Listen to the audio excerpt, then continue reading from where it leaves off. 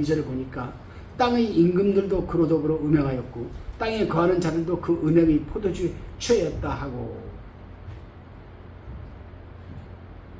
땅의 임금들이라 했습니다. 땅의 임금들이 음료로 더불어 여러분 음료와 음행하였대요. 근데 이것이 구약시대도 있었습니다. 구약시대에도. 신약시대에도 있었어요, 여러분. 자, 굉장히 중요한 부분이에요. 자, 이스라엘 백성들이 애굽에서 430년 동안 종살이 하면서 뭘 배웠습니까?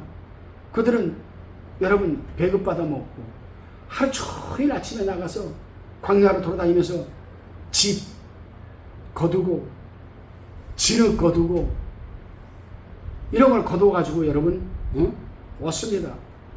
그런데 그걸 갖다가 자기에게 할당된 양을 벽돌을 찍어야만 여러분 그 음식을 배급받은 고기를 먹을 수가 있었습니다.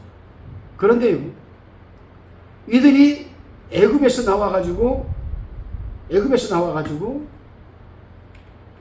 광야를 거쳐서 다 죽어버리고 2세대들이 가나안 땅에 들어오니까 환경이 전혀 다른 겁니다. 자기들은 양 몇 마리 가지고 염소 몇 마리 가지고 온 광야를 헤집고 다니면서 여러분 꼴을 찾아다니고 잔잔한 물가를 찾아다니고 정말 먼지를 다 뒤집어 씌우고 그러고 다녔는데 가나안 땅에 들어오니까 오야 하고 소 한두 마리 가지고 왔다 갔다 하면 가을에 그냥 풍성하게 여러분 밀을 쏙 하네요, 보리를. 우리도 이거 해야 되겠다.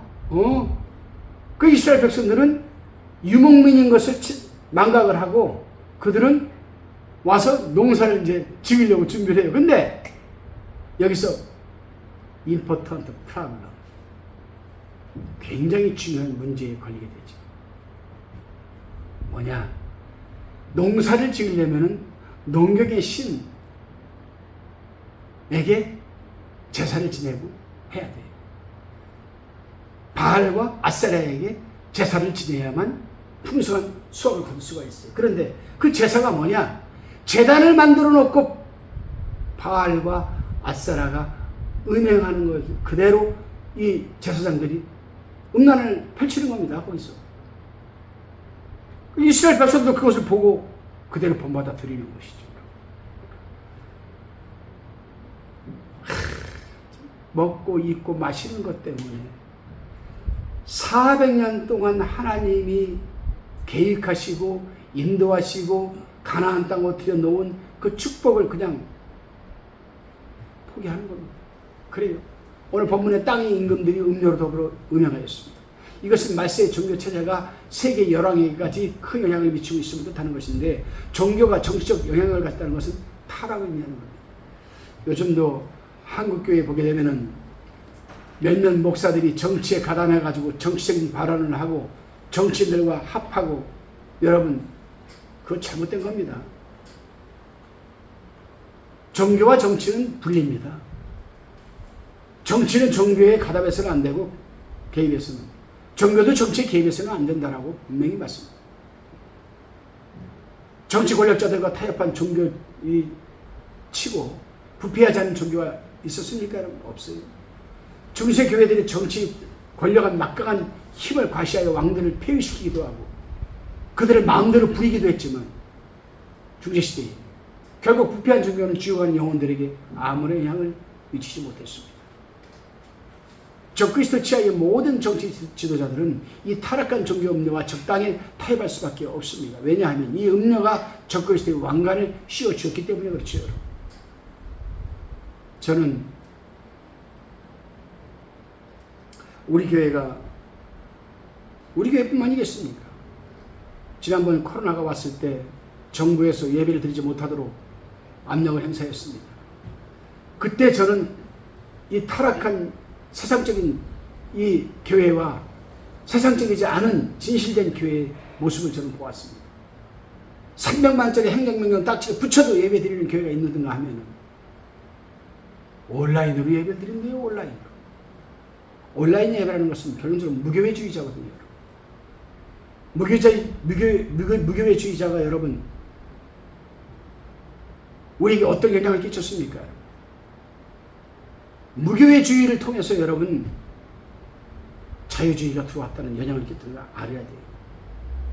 하여튼 다시 본문으로 돌아와서 이 음녀는 13장에서 땅에서 올라온 짐승으로 새끼양같이 두 뿔이 있고 용처럼 말하며 짐승의 권세를 그 앞에서 행하고 땅에 거하는 자들에게 여러분 짐승을 경배하라고 강요를 하는데, 그는 용으로 받은 권세를 가지고 온 세상에 큰 이적을 행하며 땅에 거하는 자들을 미혹하고 유혹하고 짐승인 적그리스도를 위하여 우상을 만들라고 명령하고 짐승의 우상에게 그가 생기도 주고 짐승의 우상이 말도 하게 하면서 짐승의 우상에 경배하지 않는 자는 다 멸시는 주게 하였다라고 13장 11절에서 15절 말하고 있습니다. 그래요 여러분, 이 음녀는 짐승의 우상화 작업의 선봉장으로서 짐승인 적그리스도를 신으로 추앙하는 정치 심야를 할 수 있습니다. 그러므로 세계 열왕은 이 음녀 앞에서 벌벌 떨 수밖에 없었습니다. 음녀의 눈밖에 나는 것은 다 곧 죽음을 뜻하게 되기 때문입니다. 그래요.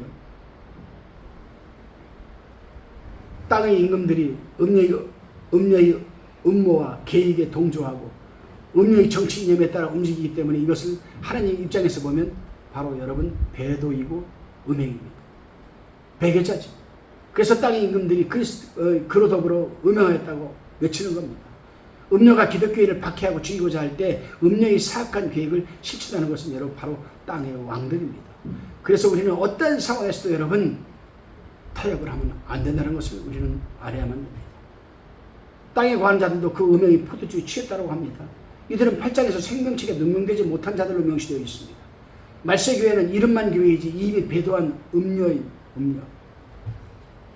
지금도 말만 교회라는 이름을 달고 있지 음녀짓을 하는 여러분 잘못된 사이비, 이단, 기독교 유사 종교단체 얼마나 많습니까? 그래요. 종교 지도자가 막강한 권력을 가지고 정치적 영웅을 자기가 영웅인 것처럼 내세우며 그를 신적인 존재로 만들고자 할 때 우매한 백성들은 이 음녀에게 미혹되어 분별력을 잃고 음녀가 하자는 대로 하게 된다는 사실을 우리 종교 지도자들은 여러분 명심해야 될 겁니다. 과거에도 이세벨이 우상을 끌어들여서 이스라엘 백성을 타락시켰습니다. 성경은 이것을 이세벨의 음행과 술수라고 하였습니다. 유다왕 므낫세가 온 나라에 우상을 세웠을 때에도 하나님의 백성들은 그 음행의 포도주에 취했다는 사실을 우리는 여러분 알아야만 됩니다. 다시금 17장 3절입니다. 곧 성령으로 나를 데리고 광야로 가니라. 내가 보니 여자가 붉은 빛 짐승을 탔는데 그 짐승의 몸에 참난된 이름들이 가득하고 7머리와 10뿔이 있으며 땅에 거한 자들이 음행의 포도주에 취한 것을 보았을 때 성령은 곧 요한을 데리고 광야로 갔습니다. 요한은 4번 성령에 감동되었고 성령에 의해서 옮겨졌죠. 요한이 광야로 옮겨진 것은 음녀에 대한 심판을 관망하기 위함입니다. 묵시록의 모든 환상적 경험은 영적인 황홀경을 나타냅니다. 이것은 신체적으로 이동했다는 의미가 아닙니다. 이 음녀가 화려하고 사치스럽게 치장한 것과는 대조적으로 광야는 황폐한 곳입니다. 허영과 사치에 파묻히는 음녀의 실상을 보여주기 위해 성령께서 요한을 광야로 데리는 것 같습니다. 그러니까 광야는 12장에서처럼 하나님의 보호와 양육을 위한 곳이 아니라 심판의 환상을 위한 적절한 배경이 된다는 겁니다. 광야는 종종 특별한 환상적 경험을 위한 장소로 나타나기도 했습니다. 제가 저희 교회에서 또 집회를 나가서 말씀을 전하는 가운데 광야는 하나님의 음성을 들을 수 있는 장소다라고 제가 누누이 말한 적이 있습니다. 그래요 여러분. 이사야가 바벨론의 멸망에 대한 환상을 봤을 때도 광야에서부터 시작되었습니다. 이사야서 21장 나오지. 광야는 이스라엘 백성이 고난받은 장소요 예수님이 시험받은 곳입니다. 그리고 신약성경에서도 이스라엘 백성들이 하나님의 말씀을 들으려고 할 때 여러분 광야로 나가서 세례 요한에서 광야에서 세례 요한으로부터 말씀을 받았습니다. 그래요. 성경에서 주로 광야는 인생을 신뢰하는 장소, 연단하는 장소로 상징되었는데 여기서는 심판의 장소로 좀 쓰이고 있습니다. 이스라엘 백성도 범죄하여 광야에서 멸망을 당했죠. 음녀를 광야로 끌어내므로써 그의 적나라한 모습을 보여주기 위한 것이라고 할 수가 있습니다. 요한이 보니 이 여자가 붉은빛 짐승을 탔다고 합니다.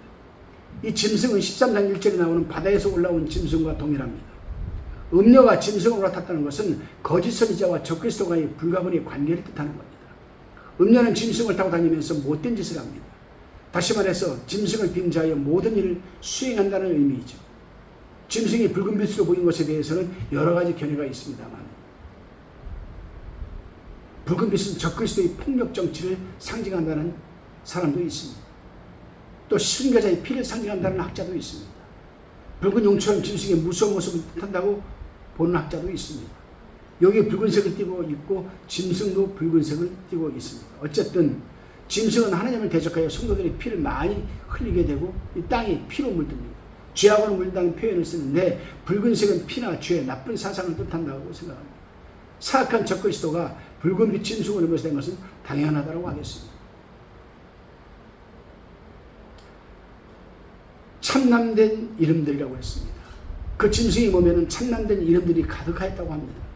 처음에 이 짐승이 바다에서 올라갔을 때는 참남된 이름이 머리에만 있었는데 13장 1절에 여기에서 온몸에 참남된 이름들이 있다는 것은 음녀가 타고 조종함으로 말미암아 그가 하나님을 회방하는 정도가 예전보다 훨씬 심해졌다는 것을 알 수가 있는 겁니다. 옛날 로마 황제들이 신을 뜻하는 데이오스, 구세주를 뜻하는 소테르를 또 주를 뜻하는 큐리오스를 명칭을 써서 하나님을 회방했듯이 적그리스도 역시 하나님을 회방하고 모독하는 참남된 이름을 많이 갖게 될 것입니다. 이 짐승이 참남된 이름들은 자기를 신격화하는데 주로 여러분 사용되는 것이죠. 다시금 17장 4절입니다. 그 여자는 자줏빛과 붉은빛 옷을 입고 금과 보석과 진주로 꾸미고 손에 금잔을 가졌는데 가증한 물건과 그의 음행이 더러운 것들이 가득하더라. 이 음녀는 자줏빛과 붉은빛 옷을 입고 금과 보석과 진주로 꾸미고 손에 금잔을 가졌는데 그 속에 가증한 물건과 그의 음행이 더러운 것들이 가득하였다라고 합니다.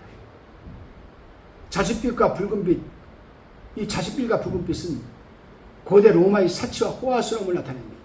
이 여자는 여왕처럼 군림하면서 사치와 호화스러움이 극에 달할 정도로 꾸미고 치장할 것으로 나타냅니다. 종교가 타락하면 여러분 돈을 추구하게 됩니다. 중세교회도 너무 물질을 밝히다가 종교개혁이라는 방망이에 얻어맞고 말았습니다. 이처럼 호화스럽고 사치스럽게 치장하려면 돈이 많이 듭니다. 여러분 자줏빛은 구약에서 왕복에 사용되었거든요.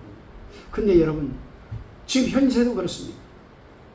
하나같이 여러분 아방궁을 꾸미고 화려한데 사치하는데 돈을 쓰는 그런 이단 사이비 교주를 보십시오. 여러분 성도들은 먹지 못하고 세상 전체에 여러분 행정복지센터에 가가지고 수급자들이 타는 그걸 받아가지고 저는 그 돈 가지고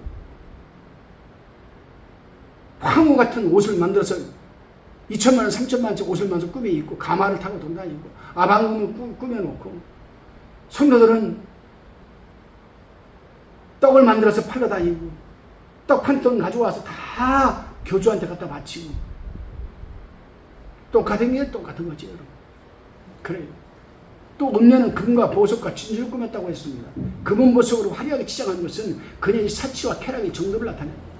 완전한 세속화된 종교가 사치와 향락에 빠진다는 것은 부의 극치를 누린 다음에 몰락하는 문명의 최후를 연상케 합니다.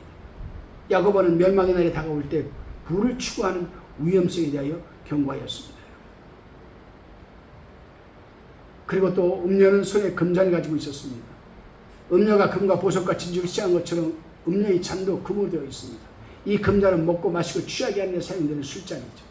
유혹하고 부추기고 만국을 미혹하 타락하는데 이 금잔이 여러분 사용이 된다는 겁니다. 여러분 다시금 5절입니다. 17장 5절 그 이마에 이름이 기록되었으니 비밀이라 큰 바벨론이라 땅의 음녀들과 가증한 것들이 엄이라 하였더라. 계시록에는 이마에 인 또는 이름으로 표시되는 것들이 7번 나옵니다. 7번. 로마의 창녀들은 자기 이름을 새긴 머리띠를 머리에 두르는 것이 관례되어 있었다고 합니다. 그러므로 말세의 음녀도 이마에 그녀의 이름을 기록한 것 같습니다. 음녀의 이마에 기록된 이름은 비밀이라고 합니다. 본문에서. 큰 바벨론 땅의 음녀들과 가증한 것들이 엄이었다고 합니다. 비밀이 이름의 한 부분인지 아니면 바벨론의 상징적 특성을 언급하는지 확실치는 않습니다.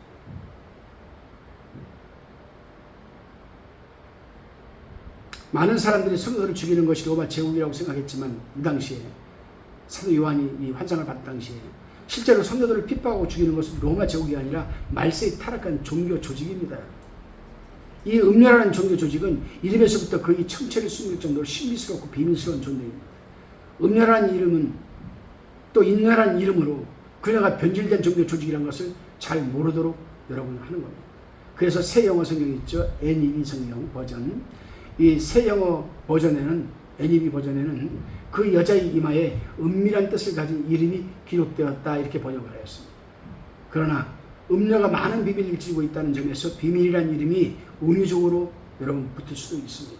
우리는 말세의 사탄 조직이 비밀이라는 이름하에 등장할 것을 성경으로 지금 우리는 여러분 계시받고 있는 겁니다. 다시금 우리가 본문을 보게 되면 17장 6절입니다. 또 내가 보매 이 여자가 성도들이 피와 예수의 증인들이 피에 취한지라 내가 그 여자를 보고 기이 여기고 크게 기이 여기니. 음녀는 성도들이 피와 예수의 증인들을 피에 취하였다고 합니다. 성도들은 말세에 믿는 자들이며 예수의 증인들은 복음을 전하다가 순교한 자들을 뜻합니다. 다시 말해서 예수의 증인들은 대환난시대 성도들을 구체적으로 설명한 겁니다. 음녀가 성도들이 피에 취했다는 것은 이스라엘을 학대한 자들이 세수에 취한같이 자기 피에 취하게 하리라는 이사야의 예언을 우리는 연상케 합니다. 이사야 49장 26절이죠. 그렇습니다, 여러분. 음녀는 멸망한 자들에게만 짐승이 편리받게 하는데 성공합니다. 그러나 구원받은 자들에게는 그의 사악한 계획이 전혀 먹혀들지 않습니다. 그러자 죄 없는 성도들을 무참하게 죽이는 것이죠. 과거의 부패하고 타락한 종교가 참믿음을 고백하는 신실한 종들을 얼마나 많이 죽였습니까? 중세시대 때 여러분 얼마나 그랬습니까? 우리 개신교 프로테스탄트들이 여러분 왜 여러분 영국에서 메이플라워 배를 타고 여러분 미국으로 건너왔습니까? 많은 종교를 핍박하고 많은 사람을 오게 가두고 많은 사람을 죽이니까 진정한 참 자유의 종교를 누리기 위해서 메이플라워를 타고 건너온 것 아니겠습니까? 그래요. 그런 반면에 그 나라에 있으면서 천주교를 받아들이고 기독교를 우리 프로테스탄트 개신교를 배도하고 믿는 자들이 얼마나 많았습니까? 물론 배도한 교회는 진실한 성도들을 죽이는데 언제나 앞장서 왔습니다. 말세의 배도교회인 이 음료도 환난시대 성도들을 무수히 죽이고 그 피해, 그 죽인 피해 취하게 될 것은 맞는 말입니다. 그래요, 여러분. 7장에서 환난시대에 순교한 성도들이 수가 헤아려 없이 많았다는 것을 이 음녀가 얼마나 많은 사람을 죽였는지를 알 수가 있습니다. 그래요, 여러분. 원래 여러분 증인이라는 말은 증인. 원래 증인이라는 말은 헬라어로 마르투스라고 합니다. 마르투스. 이 말투스라고 하는데 이 말투스라는 말은 순교자를 뜻합니다. 예수를 증거하는 사람은 죽음을 각오해야 한다는 뜻이죠. 우리 그리스도인들은 다 말투스입니다. 순교할 각오 가지고 여러분의 복음을 전해야 됩니다. 또 믿음을 지켜야 됩니다. 더구나 환난시대에 예수 믿는 믿음을 고집할 때 그것은 바로 죽음을 뜻하는 것이죠. 그렇기 때문에 증인들이 믿음을 짐승이 편리받지 않겠다는 것이며 짐승이 우상에 경배하지 않겠다는 신호이기도 합니다. 그래요. 우리는 요한이 그것을 보면서 기이 여겼다라고 기록한 것을 보게 됩니다. 요한은 그 여자를 보고 기이 여기고 또 크게 기이 여겼다고 했습니다. 음녀를 보도록 광야로 이끌려 나왔을 때는 음녀가 받은 심판을 기대했지만 오히려 그 여자는 화려하게 치장하고 나와서 성도들이 피해 취한 모습을 하며 승리한 자처럼 보이는 것이 사도 요한은 이해도 안 가고 신기하기만 했던 것 같아요. 그래요, 여러분. 음녀도 짐승인 비밀인 것은 마찬가지인데 짐승이 그 여인을 태우고 있다는 것이 또 다른 비밀로 여겨졌습니다. 음녀와 짐승의 관계가 신기한 듯 아마 사도 요한은 바라보았을 겁니다. 막강한 권세를 가진 짐승이 어쩔 수 없이 음녀를 태우고 있는 데는 알 수 없는 비밀이 있을 것이라고 여겨졌기에 요한은 기이 여기고 또 크게 기이 여겼다는 겁니다. 다시금 17장 7절을 봅니다. 천사가 가로되 왜 기이 여기느냐? 내가 여자와 그의 탄 바 7머리와 10뿔 가진 짐승의 비밀을 내게 이르리라. 요한이 짐승을 탄 음녀를 보고 신기하게 여기자 천사는 왜 기이 여기느냐, 왜 신기하게 여기느냐, 내가 여자와 그의 탄 바 7머리와 10뿔 가진 짐승의 비밀을 내게 이르리라, 이렇게 말을 합니다. 여자가 짐승을 타고 있기 때문에 여자와 짐승의 비밀은 사실상 하나라고 볼 수 있는 겁니다. 다시 8절에 보니까 내가 본 짐승은 전에 있었다가 시방 없으나 장차 무저갱으로부터 올라와 멸망으로 들어갈 자니 땅에 거하는 자들로서 창세 이후로 생명체가 능명되지 못한 자들이 이전에 있었다가 시방 없으나 장차 나올 짐승을 보고 기이 여기리라. 요한이 본 짐승은 전에 있었다가 시방은 없지만 장차 무저갱으로부터 올라와서 멸망으로 들어갈 자라고 천사는 설명을 해줍니다. 이 묘사는 이제도 계시고 전에도 계시고 장차 오실 분에 대한 의도적으로 여러분 이 대조를 하는 말이죠. 전에 있었다가 지금 없는 짐승은 무엇을 말하는가? 이 부분에 대해서 여러분 참 어려움이 많습니다. 주석가마다 해석이 구구해서 혼란스럽기까지 합니다. 가장 일반적 해석은 13장 14절에서 칼에 상하였다가 살아난 짐승을 뜻한다라고 얘기를 하는 사람들이 있습니다. 짐승은 역사상 하나님을 대적하고 우상 숭배를 주장한 모든 사단적 세상 권력을 가리키고 적그리스도 모형으로 등장한 역사의 폭군 로마를 상징하는 것이라고 할 수도 있고 다니엘 7장의 넷째 짐승을 가리킨다고 또 말하는 사람도 있습니다. 그러나 우리는 한 가지만 알면 됩니다. 하나님을 대적하고 지극히 높으신 자의 성도를 괴롭히는 정부는 적그리스도 시대의 짐승 정부임을 알 수 있고, 적그리스도는 넷째 나라 로마에서 파생된 여러분 작은 뿌리입니다. 옛 로마의 영광은 사라졌지만 이 짐승은 다시 나타날 것입니다. 지금 요한이 환상을 보고 있는 이 시대는 그가 계시록을 기록할 당시 1세기가 아니라 먼 훗날의 환난 시기임을 감안할 때 이 해석이 저는 가능하다라고 여러분 생각을 합니다. 멸망으로 들어갈 자. 그러나 그는 원래부터 망하도록 운명 지어진 멸망의 아들입니다. 이 적그리스도나 사단이나 다 마찬가지입니다. 그러므로 예수님이 재림하실 때는 그는 산채로 붙들려 유황불에 던져집니다. 적그리스도의 영은 무저갱에서 올라왔습니다. 무저갱에서 올라온 그가 다시 멸망으로 돌아오는 것은 자연스러운 일 아니겠습니까, 여러분? 환난 시대에 땅에 거하는 자들로서 창세 이후로 생명체계 농명되지 못한 자들이 이전에 있었다가 시방 없으나 장차 나올 짐승으로 보고 기이 여겼습니다. 요한의 시대에 보면 이 짐승이 장차 나올 짐승이지만 대환난 시대에 땅에 거하는 자들에게는 이미 역사 무대에 등장한 실존 인물인 겁니다. 창세 이후로 생명체계 그 이름이 기록되지 않은 구원받지 못한 사람들은 초능력을 가진 적그리스도가 신기할 수밖에 없는 거죠. 그의 정체를 모르기 때문에 인류를 위기에서 구해낼 구세주 같은 존재로 여겨지고 추정하고 여러분 믿을 것이 분명합니다. 사람이 물에 빠지면 지푸라기로 잡으려고 하는 거 신종 아니겠습니까? 그래요.